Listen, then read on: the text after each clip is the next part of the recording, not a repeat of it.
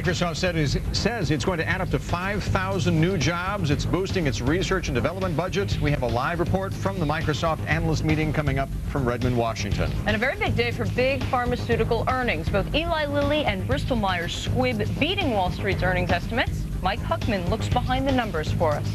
JetBlue still in the black. The air carrier beating Wall Street forecasts again. We'll talk to the company's CEO about JetBlue and the state of the airline industry. Plus, D-Day is now set for California Governor Gray Davis. We have just heard now that a date for a vote to recall the embattled Democratic governor has been set. We're going to give you the latest on that coming up.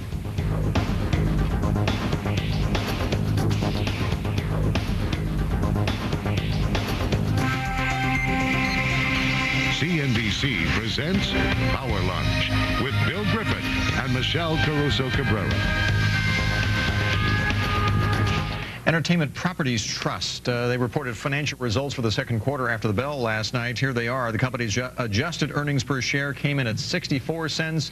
That was in line with analysts' expectations and an increase of 7 cents from the year-ago period.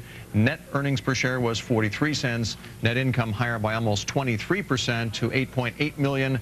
Revenue also higher by more than 29% to over almost $22 million. Joining us to talk about this, David Brain is the CEO of Entertainment Properties Trust. He joins us today from Kansas City. Thanks for joining us today. I'm now told he is not there. He's on his way. He's on his way.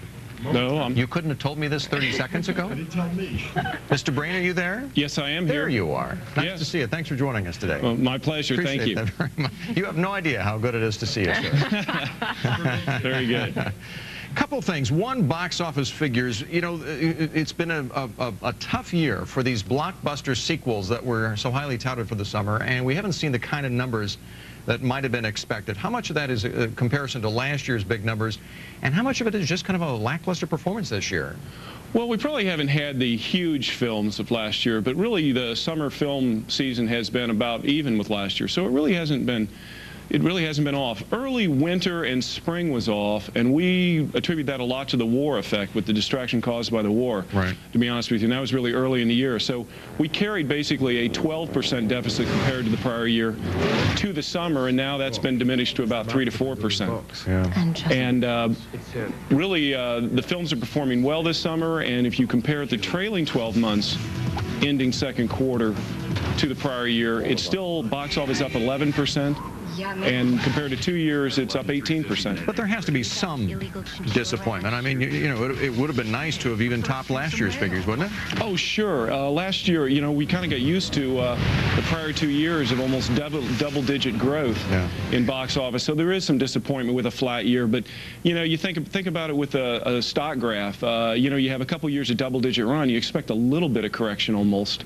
There are good drivers in the box office demographics and so forth that we expect to be sustained, very positive over the next decade, but you can't expect that kind of 11, 12% growth year after year after year. Sometimes it flattens out a little bit. Speaking of good growth in a stock price, yours has done just that, and you've acted more like a growth stock than an income-generating real estate investment trust, and it has pushed your yield down to just above 6%, to the point where some mutual funds that buy real estate investment trusts have jettisoned you. Goldman Sachs just did that recently, looking for a higher yield elsewhere. But I mean, you can't argue with the kind of growth you've seen in your stock price. Is that more about the acquisitions you've been making lately, or what's going on there?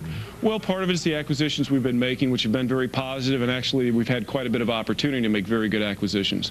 The other part is probably our yield was unjustifiably high. That is, our stock price was unjustifiably depressed, as people were still very concerned about volatility or a hangover of some problems in the film exhibition industry as a result of really the disruption that took place with a lot of the store changeover from the smaller multiplex to the larger format megaplex. Right. But really, it's been a very solid performer. I think people have come to recognize that, and thus our stock price has appreciated, and the yields come down to where more in line with where the other guys are. And that's meant very good things for our shareholders, because the yield is still very attractive, we believe. Relative to what you can get otherwise, you're right. But are any plans to raise that yield? The dividend, I should say? Well, we have had a habit of adjusting our dividend yield in the first quarter of the calendar year, and we did that this year in line with the growth we had in cash flow and earnings.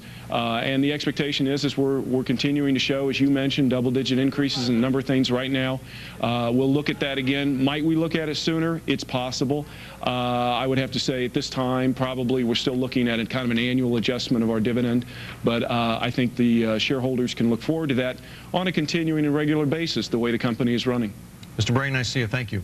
It's my pleasure. Thank you. David Brain, the CEO of Entertainment Properties Trust, that real estate investment trust, joining us today from Kansas City, Missouri. There it is, the one-year chart, as we were talking about. That rise. I was trying to be patient there. But the rise in the price has pushed the yield down to just above 6%. Time for the